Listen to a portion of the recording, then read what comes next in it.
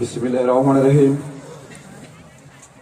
আজকের এই মাহফিলের কেয়ারবাজার বাইতুল নাজাত জামে মসজিদের ছাদ ঢালাই উপলক্ষে দ্বিতীয় দিনের মাহফিলের প্রধান অতিথি মহোদয়, প্রধান বক্তা মহোদয়, বিশেষ অতিথি মহোদয় এবং সামনে উপবিষ্ট আমার ভাই, বাবার সমলগ্ন এবং পাশে আমার মা বোনেরা, সবাইকে শ্রেণীভেদে আমার সালাম, আসসালামু আলাইকুম রহমতুল্লাহ বারকাতু।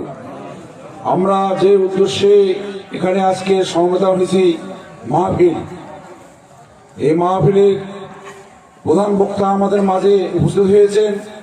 ওনার সুন্দর সুন্দর কথা আমরা শুনে জ্ঞান অর্জন করব। এই জ্ঞান থেকে আমরা নামাজ কালাম আদায় করব, ছোট বাচ্চাদেরকে স্কুলে পাঠাবো, প্লাস মাদ্রাসায় পাঠাবো, যেন তারা সুশিক্ষিত হয় এবং কোরআন খতম করতে পারে এবং ইমান ইখলাস নিয়ে চলতে ফিরতে পারে, সৎ পথে উপার্জন করতে পারে এবং এই মাহফিল থেকে আমাদেরকে সবাইকে 5 ওয়াক্ত নামাজ পড়তে হবে। নামাজ ছাড়া কোনো গতি নাই, কথাটা বুঝে যান। যেই কিছু করেন না কেন নামাজের ঊর্ধ্বে কোনো কিছু নাই এবং ইমান ইখলাসের সহিত চলবেন, পাটপালামি করা যাবে না, ঠিক আছে?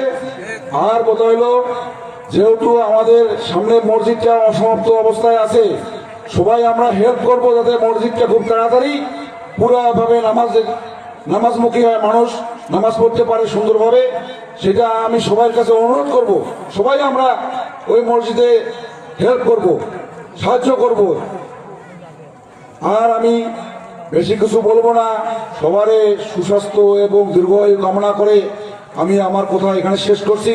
এবং আমাদের প্রধান বক্তা যতক্ষণ পর্যন্ত কথা শেষ না করবে ততক্ষণ পর্যন্ত আমরা এই মাহফিল থেকে উঠবো না। মাহফিল থেকে উঠলেই কিন্তু মাহফিলের কদর নষ্ট হয়ে যায়, কথাটা মনে থাকেন, ঠিক আছে? আবারও আমি আপনাদেরকে ধন্যবাদ জানিয়ে আমরা আমার কথা শেষ করলাম। আসসালামু আলাইকুম।